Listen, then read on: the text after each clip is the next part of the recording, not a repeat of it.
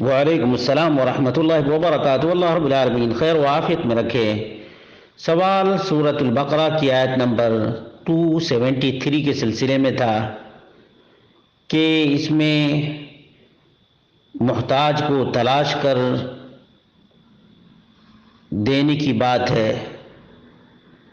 تو کیا غیر مسلم کو بھی دے سکتے ہیں؟ اس کا جواب یہ ہے کہ میرے سامنے یہ آیت ہے 273 للفقراء الذين احصروا في سبيل الله لا يستطيعون ضربا في الارض يحسبهم الجاهل اغنياء من التعفف تعرفهم بسيماهم لا يسألون الناس الحافا وما تنفقوا من خير فإن الله به عليم۔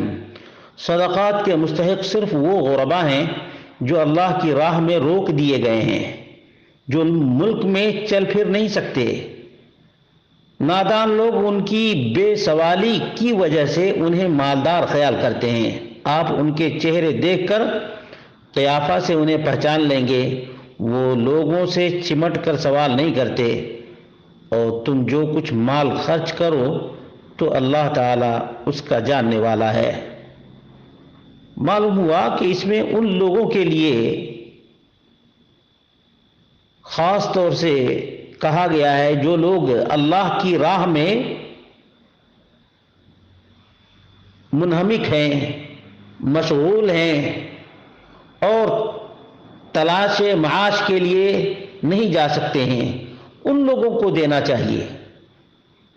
جو لوگ دین کا کام انجام دے رہے ہیں، حالانکہ رزق تلاش کر سکتے ہیں لیکن دینی کاموں کی وجہ سے تلاش نہیں کر پا رہے ہیں، تو انہیں دینے کا حکم دیا جا رہا ہے۔ ایسے لوگوں کو اپنے عطیات دیا کرو۔ جو لوگ اللہ رب العالمین کی راہ میں مشغول ہیں، تلاش معاش کے لیے نہیں نکل پا رہے ہیں، اس میں تو وہ بات بہرحال نہیں ذکر کی گئی ہے جس کا ذکر آپ نے کیا ہے۔ جہاں تک غیر مسلموں کو دینے کی بات ہے، تو جو اسلام اور مسلمانوں سے دشمنی رکھتا ہو اس پر خرچ کرنا درست نہیں ہے۔ اسلام اور مسلمان کا جو دشمن ہو اس پر خرچ کرنا درست نہیں ہے۔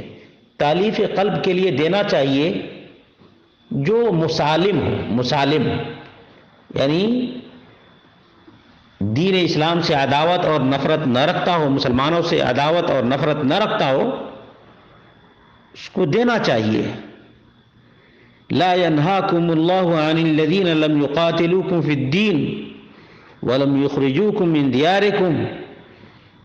سورۃ الممتحنہ میں اللہ رب العالمین نے اس بات کا ذکر کیا ہے کہ انصاف کرنے سے اللہ رب العالمین نہیں روکتا ہے، احسان کرنے سے اللہ رب العالمین نہیں روکتا ہے